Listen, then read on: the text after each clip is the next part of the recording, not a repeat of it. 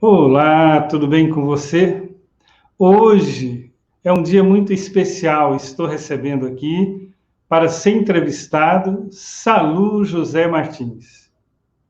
Salu é trabalhador do Centro Espírita Luz da Verdade, morador da cidade de Palmelo, e nós vamos conhecer um pouco da sua vida, da sua experiência, para que o muito que ele viveu e que ele já aprendeu possa passar para nós como forma de aprendizado para a nossa vida. Eu vou conversar com ele, começar perguntando sobre a sua infância, as cidades que ele passou antes de chegar até Palmelo. É com você a palavra, Salu. Sou filho do casal Deolinda Lopes Pereira e José Martins Pereira. Somos mineiros. Eu sou natural de Tiros, Minas Gerais, mas cheguei em Bonfinópolis de Minas com 2 anos de idade. É sempre um prazer trocar experiências, porque experiências são muito válidas na sequência da nossa existência. E a minha infância aconteceu algo assim de experiências valiosas, porque eu tive o privilégio de reencarnar num lar espírita. Se assim não fosse, teria sido mais difícil. E dificuldade foi sempre uma companhia que eu tive ao longo de toda a minha existência, mas principalmente na infância. Porque eu reencarnei um espírito totalmente perturbado, sem melhores condições para me conduzir. Mas tive o privilégio de reencarnar num lar espírita, cujos pais tiveram aí todo o cuidado de nos orientar com os princípios doutrinários da doutrina espírita. Para se ter uma ideia, eu tive 5 anos de evangelização. Dos 5 aos 10 anos, eu fui evangelizado numa sequência diária. Meu pai e minha mãe nos levantava às 4 da manhã, das 4 às 6, meu pai lia o evangelho e comentava o evangelho para nós, isso em função da minha perturbação. E foi nesse ritmo que eu fui, com essas experiências agradáveis que a doutrina traz para a gente, e nós fomos nos conduzindo de uma forma mais equilibrada. Para se ter uma ideia também, o grau de perturbação que eu reencarnei com ele, a gente fala do processo obsessivo. Eu reencarnei totalmente obsidiado. E os espíritos que faziam parte estavam reconectados nesse programa reencarnatório, eles brincavam muito com a gente e às vezes trazia assim um transtorno até de pavor. Eu via os espíritos claramente e os espíritos tinham acesso ao meu campo magnético ao ponto de movimentar com o meu corpo. E era, assim, muito aterrorizante em determinados momentos, porque de madrugada, por exemplo, eu acordei centenas de noites de madrugada pendurado no telhado da casa, porque a casa, nós morávamos na fazenda, a casa não tinha forro, o madeiramento que segurava as telhas eram aparentes, e os espíritos me erguiam e eu segurava nesse telhado de medo, num caibro, e ficava, e os espíritos iam embora e eu ficava lá. Eles saíam gargalhando, e eu vendo eles saírem gargalhando, e eu pendurado lá, gritando, aterrorizado. E meu pai pacientemente colocava uma escada, chegava até mim, me abraçava, eu descia comigo, e aí o resto da noite era meu pai e minha mãe me acalentando, porque eu não dormi, não deixava eles dormirem. Mas ao longo do tempo, eu fui entendendo como é que era esse mecanismo de interferência dos espíritos no nosso campo magnético. E tive a orientação de um presidente de um centro que me receitou um remédio que ele não falha nessa questão do equilíbrio mediúnico para que a gente possa se conduzir melhor nessas situações. Receitou a prece. Prece a todo instante. E eu devo ser a pessoa que mais pronunciou a prece do Pai Nosso nessa existência. Porque eu deitava, acordava, amanhecia, anoitecia, pronunciando a prece do Pai Nosso. E com isso eu fui entendendo, pela a condição que a mediunidade da vidência me proporcionava, que aqueles espíritos que tinham acesso livre ao meu campo magnético em desequilíbrio, eles foram perdendo essa condição. E eu os via a uma certa distância, e eles foram distanciando cada vez mais. E até eles não tiveram mais condição de atuar intensamente como eles atuavam nessas brincadeiras desagradáveis. Então, a partir daí, eu tive realmente aquela infância de superação desses traumas que a psicologia chama de trauma, mas são experiências que a gente vive. Foi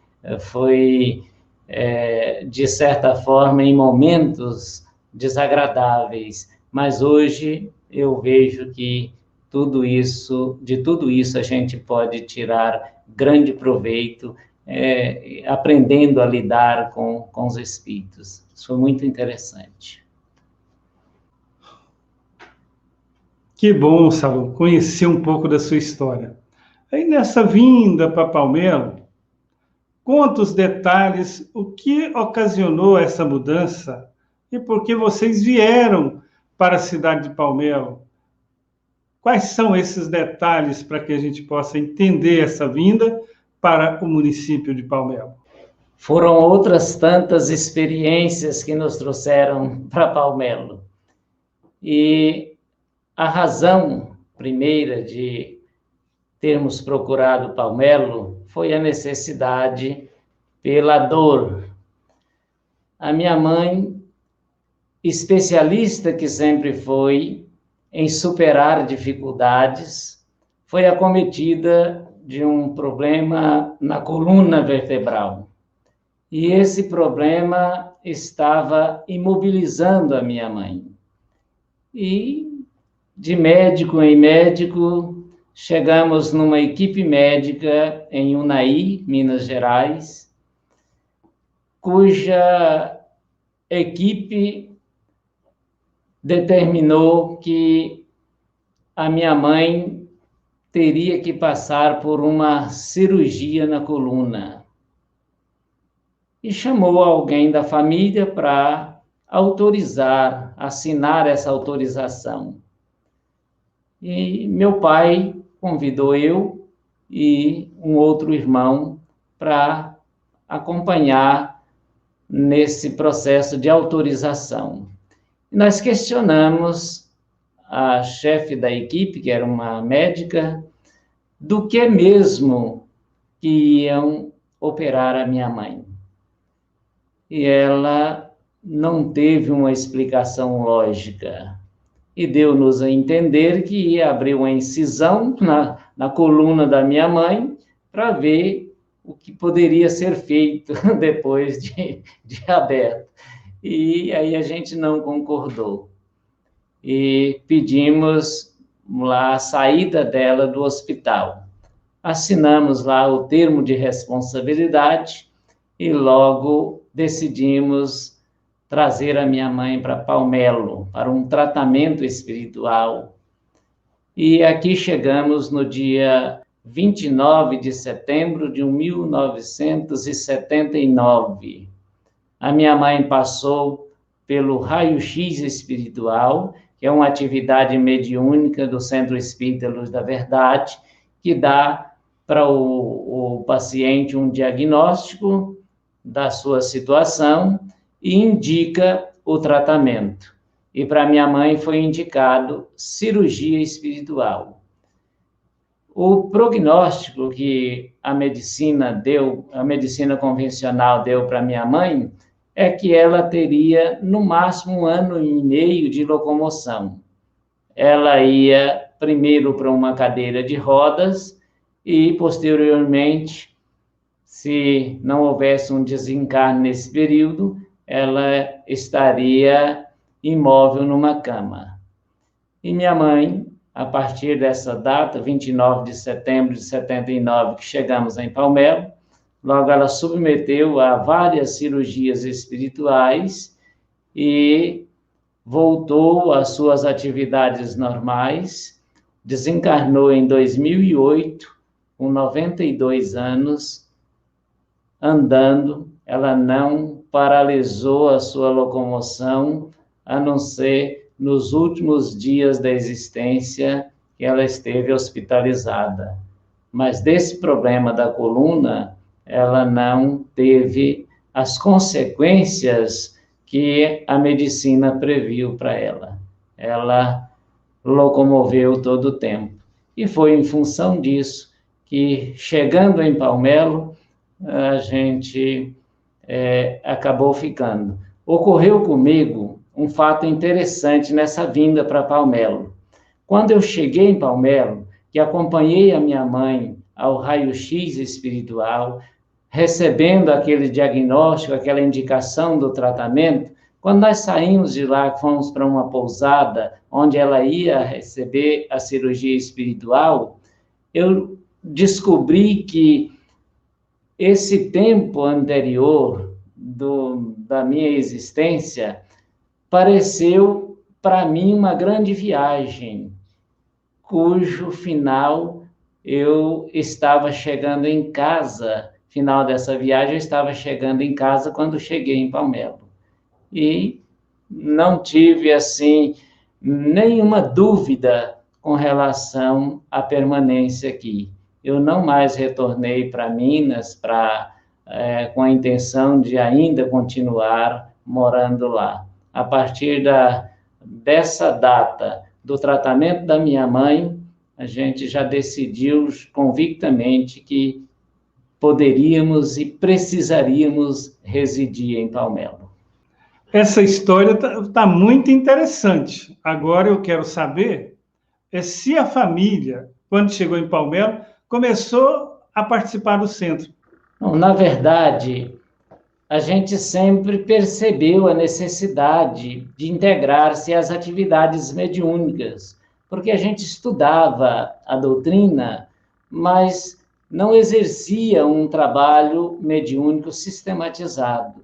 E chegando em Palmelo, nós não tivemos dúvidas. Tanto o meu pai, a minha mãe e eu, todos nós fomos para a mediunidade. E os outros familiares que foram chegando depois, todos foram ingressando no trabalho da mediunidade pelo Centro Espírita Luz da Verdade. E é tão interessante que a gente não tem por onde fugir desse processo mediúnico, porque Martins Peralves fala lá no livro Estudando a Mediunidade que a mediunidade não é privilégio, mas é ferramenta de trabalho que Deus nos oferece por misericórdia para a gente trabalhar em favor de nós mesmos na pessoa do nosso semelhante. Então, não dá para a gente fugir desse processo.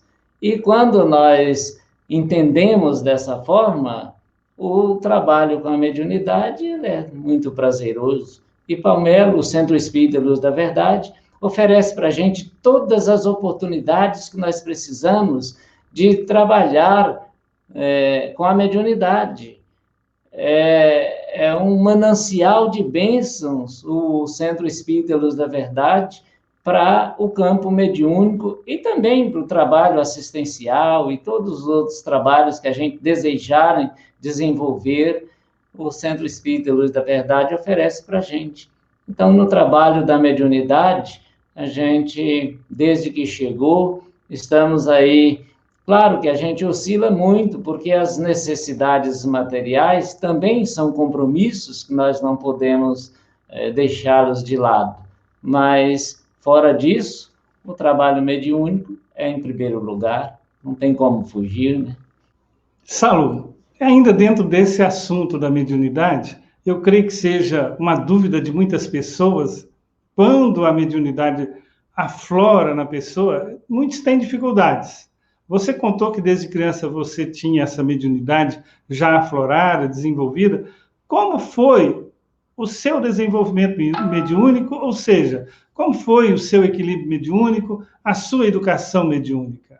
A educação mediúnica, a gente faz lá na aula da educação mediúnica, a gente faz isso estudando, conhecendo o que é a mediunidade, o que se pode fazer com a mediunidade, o que se deve fazer com a mediunidade, quando e como se deve trabalhar com a mediunidade. Isso, teoricamente, é fácil estudando. Agora, a gente amplia o nosso potencial mediúnico no trabalho. Não tem como a gente fazer diferente, porque na teoria é uma coisa, na prática é outra. E a prática é o que realmente nos dá a condição de ampliar, ou seja, desenvolver essa mediunidade. Porque a educação mediúnica se faz na teoria, e o desenvolvimento mediúnico se faz na prática. E isso o Centro Espírita Luz da Verdade oferece para a gente. Então, ao longo do tempo, a gente vai praticando cada vez mais, vai entendendo cada vez mais o processo mediúnico, e aí aumenta a nossa capacidade de trabalho mediúnico. E eu hoje, com 63 anos, eu me vejo assim, um iniciante no trabalho mediúnico. Eu acredito que, se eu puder passar dos 100 anos, eu ainda posso realizar alguma coisa, porque essa capacidade a gente não perde com a idade física, muito pelo contrário, a gente só amplia essa capacidade mediúnica. Então, mediunidade é uma tarefa que não se deve pensar em aposentadoria, muito pelo contrário, é tarefa que a gente pode ampliar cada vez mais o nosso potencial de atuação na mediunidade. Então, isso a gente faz aliando a teoria e o trabalho. Estudar é preciso, é necessário, mas sem o trabalho não há muito progresso no campo da mediunidade, não. Nós precisamos realmente de estudar e, sobretudo, trabalhar com a mediunidade. Suas palavras enriquecem o nosso conhecimento. Muito bom mesmo. Mas agora vamos ver como que você conciliou a prática da doutrina espírita, o estudo, com a namorada, com a esposa, com a família, porque eu sei que você é casado e tem 2 filhos. Conta como você aliou a doutrina espírita com a vida familiar. Bom, na verdade, a gente pode fazer 2 casamentos ao mesmo tempo, né? A gente pode arrumar uma namorada, se casar com ela e combinar essa questão do casamento, da família, com a doutrina. Isso aí resolve até os nossos problemas, muito pelo contrário, não cria nenhum problema para nós. E aí eu tive também o privilégio de encontrar uma esposa militante da doutrina espírita, estuda e trabalha também na sintonia da doutrina espírita. Adquirimos 2 filhos, o Bruno da Silva Martins, que hoje já está também constituindo família, já tem 28 anos, a Juliana da Silva Martins, que hoje é casada também, já está preparando para constituir família, E a gente tem conciliado muito bem essa questão familiar com a doutrina, até porque nós iniciamos a nossa família com o princípio do culto do Evangelho no lar, que dá realmente uma estabilidade à nossa família. Essa estabilidade psíquica que nos traz condições melhores de lucidez, de discernimento, o culto do Evangelho no lar é, sem dúvida, esse grande remédio para esses distúrbios que nós carregamos das existências anteriores. E fazemos sistematicamente o culto do Evangelho no lar, pelo menos uma vez por semana. Nós temos um dia exato, horário, com disciplina para o culto do Evangelho no lar. E muitos outros momentos de prece, também diários, para que a gente possa conciliar muito bem isso daí. E nossos filhos também seguem esse mesmo estilo de vida relacionada à família e à doutrina. Fazem o culto do Evangelho no lar, frequentam as reuniões mediúnicas assim que é possível, são jovens ainda, envolvidos muito com o trabalho material, mas não deixam de também alimentar o espírito nessa ideia de fazer essa aliança da família e a doutrina. Isso é maravilhoso para todas as famílias, porque eu falo com conhecimento de causa, porque perturbado como eu reencarnei, tive o privilégio de receber todas essas informações, e seria muito injusto da minha parte eu não continuar repassando isso para aqueles que hoje estão na condição de meus filhos, aqueles que convivem conosco. Então, eu aconselho até a todos que estão aí pensando em constituir família, então, sigam essa linha de trabalho, de diretrizes do Evangelho no lar, e muitas dificuldades vão ser superadas com mais facilidade, sem nenhum problema. E dentro desse processo de formação de família, eu sou muito agradecido a Deus, agradeço também imensamente a minha esposa, Paulina Rodrigues da Silva, por juntos a gente ter constituído essa família, 2 filhos, até a gente tentou mais, tivemos mais algumas gravidez, mas não houve a permissão que tudo fosse levado adiante. E a gente sabe que o acaso não existe. Então, eu sou muito grato a Deus e à família. Isso é tudo para mim. Muito bom. Valeu a pena ouvir sua resposta. Mas eu lembro que você ajudou quando nós fizemos a primeira Semana Espírita de Palmelo. Conta sua história em relação à Semana Espírita, que você participa até as de hoje. Então, conta alguma coisa a respeito da Semana Espírita de Palmelo. As Semanas Espíritas de Palmelo é uma alegria muito grande. É realmente uma festa maravilhosa. A primeira Semana Espírita, tudo que a gente vai fazer a primeira vez, a gente tem aqueles momentos de muita insegurança. Insegurança de como fazer, mas sabíamos e tínhamos a convicção plena de que a Semana Espírita era um trabalho maravilhoso que a gente estava iniciando. E, naquela oportunidade, o que foi muito interessante para nós é realmente a questão da falta de experiência. Não sei se você se lembra, nós tivemos a aquisição de livros para a Semana Espírita, só que a gente não tinha uma ideia, mais ou menos, do que seria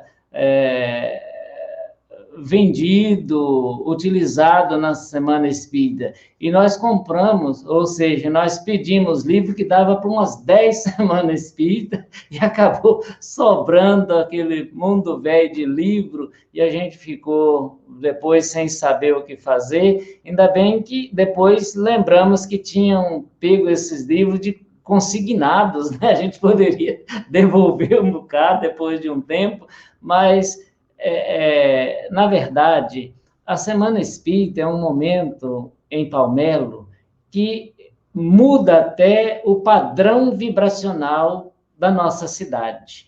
Tamanho é o entusiasmo que todos veem esse acontecimento, porque é tão interessante que a gente tem palestra quase todos os dias nas reuniões públicas do Centro Espírita Luz da Verdade.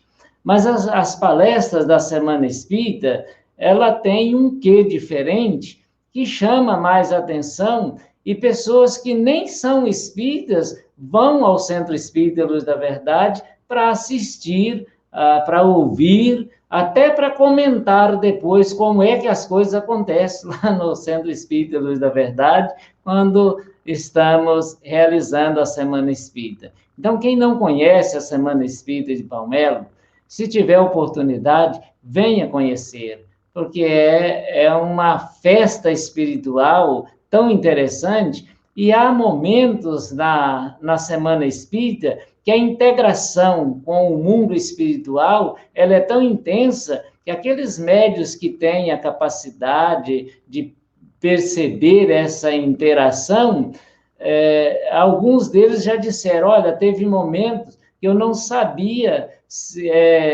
identificar quem era encarnado e quem era desencarnado. E é uma multidão tão grande, e ela tão organizada e tão participativa, que a gente não consegue nem discernir quem é quem.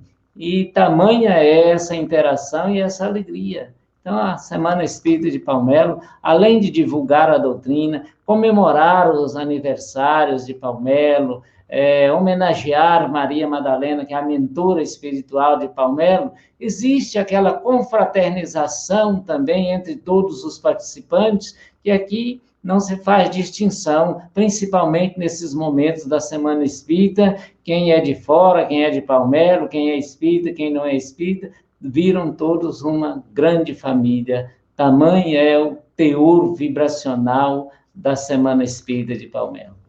Salu, você foi diretor do sanatório, uma experiência que eu imagino que seja ímpar para você. Fale um pouco dessa experiência e de alguns casos que foram vividos nessa ocasião. Na verdade, é uma experiência ímpar. Eu sei que nessa oportunidade reencarnatória eu não tive e não vou ter outra experiência como essa. O Sanatório Eurípides Barçanufo foi inaugurado no dia 22 de julho de 1953 e que veio trazendo alento, socorro aos portadores de transtornos mentais de toda a natureza que aqui chegaram. Fez um trabalho que não tem palavras para a gente descrever o trabalho daquela instituição. E eu tive a oportunidade de estar diretor do Sanatório Eurípides Barçanufo de Palmelo por 6 anos. E vivi o tempo todo uma grande experiência, e ela foi marcada com alguns momentos ainda mais interessantes. Nós tivemos uma experiência com um moço internado lá no sanatório, e ele passava por um transtorno tão grave que ele, em alguns momentos, ele ficava tão agitado que ele tinha aí o desejo de agredir os outros companheiros, aqueles enfermeiros que cuidavam com tanto carinho deles, e ele não conseguia controlar essa situação. E num momento de agitação desse, o médico psiquiatra que dava assistência aqui prescreveu para ele aquela injeção que deixaria ele imobilizado, ou seja, uma camisa de força química. E no momento a gente não teve outra alternativa. E os enfermeiros fizeram nele a injeção, e daí a alguns instantes o corpo físico já não tinha mais nenhum poder de ação.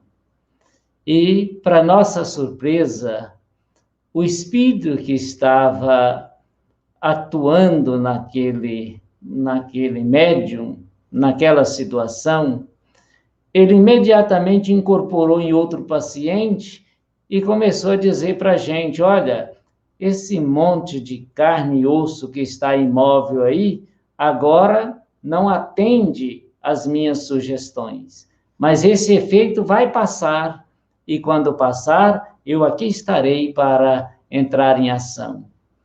E naquele momento, com a experiência do trabalho da mediunidade, começamos a dialogar com esse espírito, ainda incorporado nesse médium, que era um paciente também da casa. E por misericórdia de Deus e por socorro daqueles espíritos que ali também trabalhavam e trabalham incessantemente, assistindo todo tipo de necessidade, nós fomos dialogando com esse espírito e dizendo para ele da possibilidade da gente atuar em favor de alguém e não contra alguém, que as mensagens, perguntamos para ele se ele conhecia o Evangelho segundo o Espiritismo, ele disse, eu ouço ler esse livro aí todos os dias, mas eu não sei nem para que serve, não quero saber também. Mas naquela oportunidade nós fomos dialogando com ele, e a partir de um certo momento em diante do nosso diálogo, ele disse, olha, eu já estou começando a entender algo que até então eu não entendia. E nós sugerimos para ele passar num dos postos de assistência espirituais que existia dentro do sanatório. E ele disse, bom, eu acho que eu vou fazer isso. E eu disse para ele, olha, tem vários postos de assistência aqui nesse complexo. Procure um e lá você vai receber muito mais informações, muito mais orientações ao respeito da nossa possibilidade de mudanças íntimas. E ele disse, bom, já tem uma porta ali, já acenando comigo, acenando com a mão para mim. Então eu vou dar uma passadinha lá. E logo ele desincorporou desse paciente, e a partir daí, nós podemos entender que esse espírito, ele não mais voltou a atuar aquele paciente que a gente havia medicado. Quando esse paciente voltou às ações físicas que passou o efeito daquela medicação, ele passou a se portar de forma diferente, de forma mais passiva, e logo recebeu alta também e foi embora. Então, são fatos muito interessantes. Tem um outro fato que também nos chamou a atenção. O sanatório teve um período que passou por muita dificuldade financeira. Aliás, a dificuldade financeira lá era constante, mas tinha período que era um pouco mais grave. E teve um momento que a gente não tinha verbas para adquirir toda a medicação prescrita pelos médicos psiquiatras. E um dos enfermeiros que lá trabalhavam disse, olha, a gente leva água para fluidificar todos os dias no horário das preces que a gente leva os pacientes para assistir aqui, por que a gente não escreve a prescrição desses pacientes e coloca nessas garrafas e leva essas garrafas com água para fluidificar? De repente, o os espíritos têm condição de colocar alguma coisa que possa servir para esses pacientes, sem dúvida.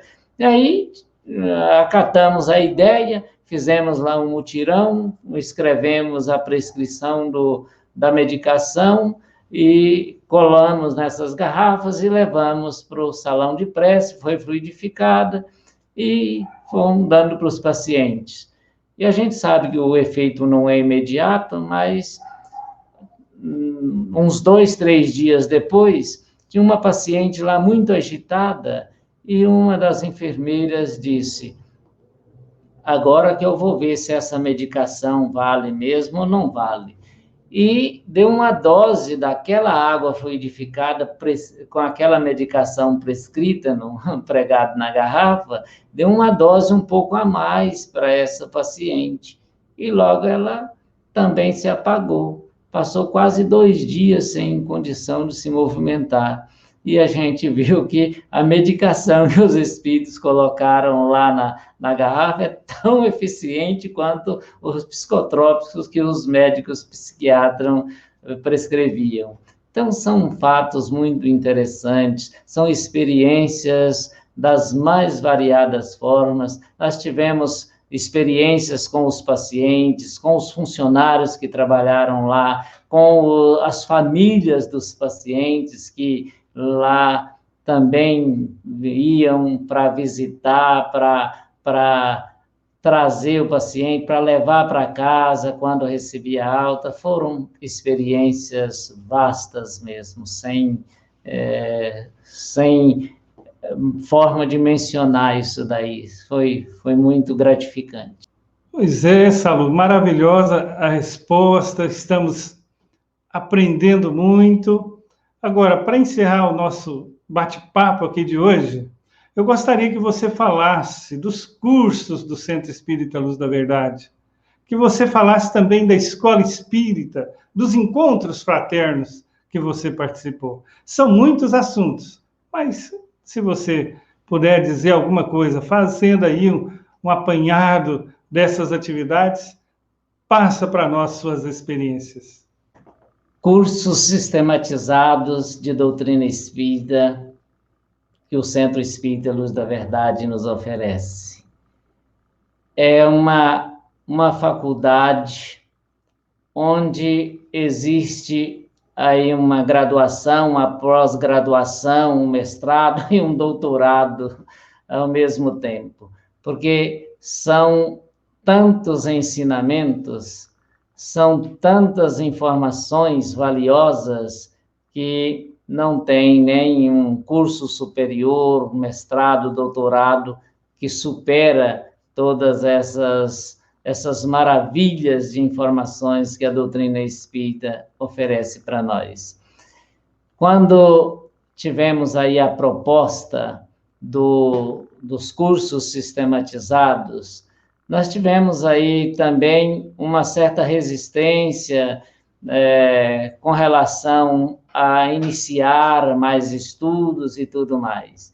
Mas iniciamos e fomos caminhando nessa tarefa de estudar, de aprender, de aprimorar cada vez mais, nos preparando para o trabalho. E chegou um certo momento que a gente reuniu com a diretoria do Centro Espírita Luz da Verdade. Nós fazíamos parte da diretoria, mas não éramos diretores, não éramos um presidente, e reunimos com a direção e fizemos o seguinte questionamento para o presidente do Centro Espírita Luz da Verdade, que na oportunidade era o Bortolo Damo. Perguntamos para ele o que ele achava do trabalho dos cursos sistematizados de doutrina espírita. E ele disse para a gente: os cursos sistematizados de doutrina espírita hoje está como alguém que está atravessando um rio a nado e já passou a correnteza para lá, não pode mais voltar atrás. Tem que continuar, tem que dar sequência, tem que tocar o barco. e aí a gente sentiu realmente segurança que os cursos sistematizados de doutrina espírita é a grande alavanca que a Casa Espírita tem para ajudar no progresso de todos que frequentam a Casa Espírita. O estudo é muito interessante. Encontros Fraternos Alta de Souza. Encontro Fraterno Alta de Souza também é um trabalho tão interessante, que é um momento de estudo e de trabalho ao mesmo tempo, onde nós vamos para uma sala de aula, nós desenvolvemos um tema, estudamos sobre esse tema e, logo em seguida, nós vamos para a prática, vamos botar a mão na massa para fazer aquilo que nós aprendemos a fazer. Nós estudamos e depois praticamos. Isso é rico demais, até parece que é coisa de cinema, mas isso é real. Acontece quase todo final de semana, tem um grupo realizando um encontro fraterno. E vale a pena a gente participar. Escola Espírita em Palmelo. Mas não é só em Palmelo que ela tem esse grande valor. Em qualquer local do planeta. A Escola Espírita, ela traz para a Casa Espírita, traz para as nossas crianças algo que até então nós nem imaginávamos que pudesse ser oferecido para as nossas crianças. Porque a evangelização infantil, ela é importantíssima. Mas ela acontece uma vez por semana. A escola espírita acontece todos os dias da semana. E é todo o conteúdo da grade curricular do Ministério da Educação à luz da doutrina espírita, à luz dos ensinamentos do Evangelho do Cristo. Então, quando nós perguntamos para o professor Ney Lobo, que foi o médium que conseguiu absorver dos espíritos que tinha essa incumbência de edificar a escola espírita, recebeu todo esse conteúdo e psicografou todo esse conteúdo que são as bases da escola espírita.